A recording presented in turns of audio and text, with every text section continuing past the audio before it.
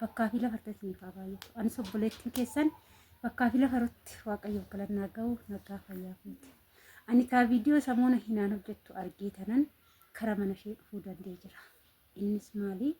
Hanga mana koo gurguruufan ta'a jecha jedhu. Mana ishee bitachuu kan dhufe mana ishee bitachuu kanarratti mee maal jetti?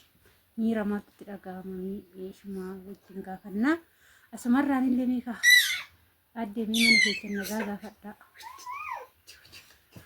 Jirra jirtuu fayyaa keessanii nagaadhayi baga nagaa fayyaa taatanii hordoftoota kiyyaa jirtu sin jedha. Maal isiniin jechuun barbaada egaa waleen isaan argee dhufe ani garuu baay'eellee itti isin himanne garuu jechuudha yeroo aaran takka hiriyyaa ofiitti waa himatu takka immoo miidiyuma qaban irratti aarii bahu. Anis kan miidiyuma kiyya irratti akkanuma akkuma isin beektanii aarii kiyya hin qabbaneeffachuu fi wantoota hedduu raawwachaa ture. Eechafaatu si aara? Dhugaa qalbii miti jechuudha. Dhugaa dubbachuuf ta'ee bakka hunduuyyuu nama aara. Maal jechuudha? Laala sobdeen na kofalchiisti jechuudha. Maaliif jenna? Nan aara jettee kobotaashii? Hagasumallee jechuudha nama kofalchiisuun gaariidha. Garuu ani naaru kanaaru kobotaa. Ni taphana safaa isa dhagahee dhufee jettee miti reekaa jechuun nan aareetti ba'ee na rakkadhe. Isa dhageessee erga dhufte anis immoo yuu weelkaam baga dhuftee nagaadhanii bagumaayyuu naaf birmattee naaf galatoomii hiriyaa jechuun kanumaa fi waa rakkoon jiru dhugaadha moo sobaa nama gaafachuu nu sirriidha si jedhan. Egaa dhugaa argadhu siin jechaa jechuudha. Kaan amma sii toluun dhufne manicha keessirraa bitachuun dhufe. Yoo bitatte dasna jedhe. Silaa hin gurgurattanii beesaa. Ani kaa gurguruun barbaanne tokkoffaan lolli kana bare. Bakka akka bitachuun dhufe kaa. Ani gurguruu hin barbaanne kan gurguruu barbaadu abbaa miliyoonii. Sababni inni isaan immoo olii gallee rakaa gatii ittiin bitamu. Sumatu bituu edda. Sumatu iyyuu lafa sumatu mana kiyyanarraa bituu dhufe. Iddoo mana kanaa jechuudha. Manni kun amma namni waan xiqqaa si'a malee waan xiqqaa jechuudha. Amma sumatu kaa edaa si'iitu samoonni iyyuu kan nama ergee tolaalchisu sun. Egaa kabajamtoota keenya akkuma argitanii ani adde aarsuuf malee mana bitachuuf hin dhufne kanan dhufee fi dhugaa qoosaan hin jiru. Qoosaan hin jiru bakka kanatti. Isiin biyya alaa deema jettee inni immoo ergati biyya alaa dhuguma deemte. Ani garuu ergan galee gara dhufee hin beeku. Gizee tokko bicha wal biratti nu argitanii gizee san qofaan dhufee galee haa ta'uti immoo viidiyoo ishii yeroo laalutti mana gurguratti yeroo keessan immoo taasa'u inni bochi malee natti naasoftu jechuudha. Kanarraa sababeeffadhee mee jarri kun maalirra jiru kan jedhu dhufee hundummaa akka carraa inni mana hin jiru ishii argachuu danda'een jira jechuudha. Mee ammaa sababa wal dhabbii keechanii maalirratti wal geessanii sababni isaan dhabuu dandeechan maalidha? Atu erga deesse dhiyeenya jechuudha. Akka dubartiin takka deessee dugda ishii jabeeffatti malee waa hedduu yaaddu. Kanaaf atu erga deesse dhiyeengedda waan ta'eef reefu baatee afurmoo akkas natti fakkaate maalidha sin jedhame. Ol jedhi kamaa dhugaan aarsite anatu bitachaa araaraan jette jechuun wanni tokko gaafa argitee si aarsu namni itti namaa dabaluun qabdu si galee jechuun si ta'innaa laatana shakkaa beektaa. Maaliif jennaan yeroo tokko hiriyaan nama jara garagaatte waan hin taane yeroo itti raawwattutu jira jechuudha. Maaliif anis si shakkuun kiyya kanaaf dhiifama naa godhisiin jecha na gaafachuun kee sirriidha dhugaadha moo sobaayyuu dhufteetu maana laaluun kee waan kiyya hundaa arguun gaariidha sii galee hiriyaa jechuun immoo kana jechuudha tokkoffaa irratti sababni abbaan miliyoon paaspoortii kiyyas gubeef tokkoffaa paaspoortii kiyya gubatee jira. Ani aarii cimaa keessa jira dhugaa dubbachuu fi hamma kanaayyuu wanti na tasgabbeessee siifan baasaadha nan baasisiisaa fi wanta hundaa nasi sirreessaa fi anatu sirreessaa fi jedhee wanta hundaa waan xumuree jiru fan hanga kanaa tasgabbaa'e malee ani keessi kiyya tasgabbii hin qabu jechuu barbaade tanani sababni isaa inni kana godhuufis akka nan hin deemne barbaada sii galee gaafa ani deeme qa'ee kana gaafa gurgura ani maaliif an deemare tokkoffaa wanti an deemuuf qa'ee kana bareechuuf mana kana tolchuuf wantootan hanqatan mana koo keessa guuttachuuf sii galee akkuma beekamu jireenyi biyya keenya keessatti widdii waan ta'eef wanta barbaadu san yeroodhaan godhachuu hin dandeessu. Tarii yoon achi deemetti wanta kana guuttachuu nan danda'a eeyyan nan danda'a. Yaada jedhu qabadhee tanani malee ani waan biraa yaadeetii miti kanatu narratti ta'aa jira siin jechuu barbaade tanan.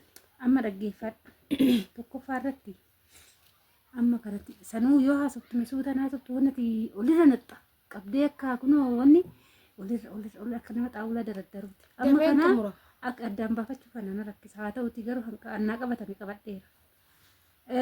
Kasinichuu barbaadu ilmi namaa atamma isaa loluuf moo anaan loluu dhufte moo anaaf loluu dhufte moo isaaf loluu dhufte naan galleeme akkaataan keetu dhaanu fiire. Namitti natti isa inti fakkaate inaante itti ilaalisa isa inti fakkaate waan ta'eef ilaa ilmi namaa dhibba banazzara malee dhibba hin jiraatu. Biyya lafaa kanarratti kan qabeenya qabus kan qabeenya hin qabnellee tokkuma. Kan maallaqa qabus kan maallaqa hin qabnes tokkuma. Biyya lafaa irratti qabeenya qaati qabdu foon kee gammachiisa malee lubbuu kee gammachiisuu hin danda'u. Akkasumas immoo qabee achi deemtee biyya ormaa san deemtee wanta hojjettee fiddu suni kan lubbuu keetiiti malee kan foon keetiiti miti. Namni hinduu nan jedhu hin hojjenna. Aga fedhe qabeenya dura argate ittan dabaladha jedha malee natti xiqqaatiin jedhu. Inna ati galata waaqayyo jedhe. Dhugaas jira ijoolleen waggaa dheeraa hojjettee biyya arabaa hojjetanii galanii kan lukkuu dhuftuu hin qabne baay'eetu jira. Anuu nan beeka jechuudha. Naannoo keenya sanii ijoollee baay'eetu jira. Imimmaan itti dhiiga ba'u jechuudha. Inna ammani inni odaatiin deemin qurxii jirtu sitti maara. Galee isaa dubbachuu dhuftee yookaan anaaf dubbachuu dhuftee jedhu asilachuu kun dubbachuu dhuftee ani bakka dhugaan jirtu tan dubbachuu dhuftee. Atamma nan deemaa kee kaate tokkoffaa daa'imti corqaadha kalee dhalatte. Galeemti kalee dhalatte. Daa'ima corqaa tanarraa deemtee oduu daa'imti tuwwaa taate atsatii idimee guutuu sitti ta'a. Garuummoo kan waan kakatee uume kakateetuma guddisaa. Inni itti aanu immoo atuu jechuudha. Amma xiqqooshii bayyanachuu nyaachuu dugda kee jabeeffachuu qabda malee biyya ormaatiin muddamuu hin qabdan. Keessattuu ani waa'ee mana gurgurtaa osoo hin taane nan deema kan jette kanadha jechuudha kan na yaaddati. Maaliif jennaan ergadee jiree baatee afur dhugaa dubbachuudhaaf samoonuma ani galu sanii jechuudha kan ishiin jechee gizee ani galu san reefu torbee sadii immoo akkasii aanguun. Haa ta'uti immoo daa'ima ishee kiristaanaadhaan kaasee anaa baay'een kechan argitaniif jechuudha. Haa ta'u aganumatti immoo biyya arabaatti nan deebi'a gaafa jettutti namatti dhaga'ama jechuudha.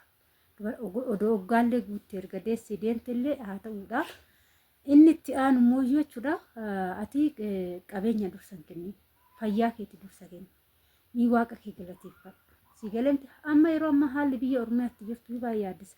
Biyya ormaa deemte amma inni qurxi sitti maa sitti mana kanan gurgura. Odoo ati jirtu sitti meemaan kuni har'allee gurguruu baatu boru gaafa deemte waan ta'uu qabudha. Waan ta'uu danda'u sitti meera. Inni kanan godhe sanan godhe mana namaa waraabaa sitti ergaa kan manuma namichi irraa bite kan manuma kana namichi yoo tolfatu waraabaa si ergaa akkana godhe sin jedha. Ati immoo hojjechaa irra jaarsi koo nama gaariidha akkana naa godhaata. Nuti shamarran waan ijaan arginu sun tan waan gurraan dhageenyu biyya ormaatti kan amanu. Dhagaartaa moo yaada afaan qabatta. Kanaafuu jechuudha waan gurraan dhageenyu malee waan ijaan arginu miti. Kanaaf isatti aaruun qabdu. Inni kan gara amma doo nama fide minaamin etta malee inni kan gara fuuldura ta'aa jiru sitti maara. Ilaal. Beekan halaalatti wallaalan of jalatti jedha Oromoon. Wannas jala jiru kana maaliif kana jedhe jette aartee dubbachuu sana maaf kana jedhe namni kun jettee yoo xanaxanuu baatte beekuu hin dandeessu jechuudha. Kanaaf isin lachuu kan keessa jirtan qaldii tapha osoo hin taane gaa'ila jechuudha. Gaa'ila kana keessatti immoo qoosaa osoo hin taane wal gorfattanii abbaa manaa faadha manaa jechuun yeroo baay'ee jechuudha ammaanii akka walitti jechuudha gizee hirribaa faadha kan wal gorfatanii dogongora hedduurra kan wal deebisanii sirraa adeeman jechuudha. Ni galee namni akkuma fillafiite walitti osoo hin taane amma yeroo baay'ee abbaa manaa faadha mana kana raarsu algaa dhalleedha. Namni jidduu seenuun cubbuu dhalleedha naante cubbuu seenina. Egaa kana fakkaata akka yaada mataa kiyyaatti boruu sallee nan argaa boruun simbiraa galaani dhugaachitti bararee dhufuun gaafa akkasitti loltan garaa odoon biyya kana jiru akkamitti biraa hafa kan jedhu sa'aatii kana kanan dhufe jechuudha. Egaa kana fakkaata hordoftoota keenya meesinis jechuudha. Yaada kanarratti yaada qabaattan ni galeemti namni ni dogongora ilma namaati waan ta'eef ni galee kompiitarru bar oduma kompiitarra man dogongoroodhaan ilmi namaa hin dogongora.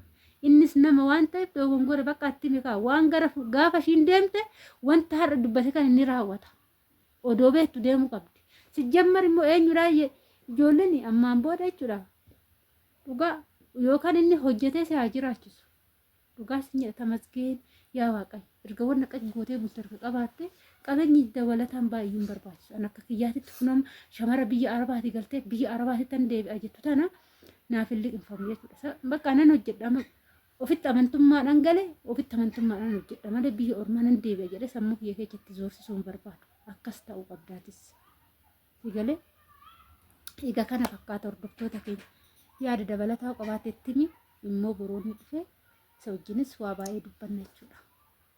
Tolee hordoftoota kiyyaa kana fakkaata jechuudha. Ani baay'eellee sammuu ofiifis cinqamee ishiitti deebii garaagaraa deebisee sammuu kiyyas ishiis cinquun barbaanne maaliif namni namaan jabaata tariitii asitti soo hojjennee wanta barbaanne kana guuttachuu dandeenya hin beekamu garuu waan inni guddaan immoo waliigalteedha akkuma ishiin jette bultii kan ijaaru garagara fiiganii osoo hin ta'in bakka tokkotti yaada wal jijjiirati kan inni jedhanii kanumaa ammoo ani paaspoortiin gubate sunis baay'ee na aarse manni akkasitti dhaadheeffamu gurguramuuf namoonni yoo dhufanii ilaalanii akkamitti kan eenyu wajjin xaare ani maaliifan amma deebi'aa jira kan jedhu sammuu koo keessa dhufe baay'ee na cinqaa ture haa ta'utii garuu immoo ulfaadhu kabajamii achi yoo dhuftee rakkoon kee kana sirreeffadhu daa'imnis ganaadha irraa hin deeminii naan jettee gorsa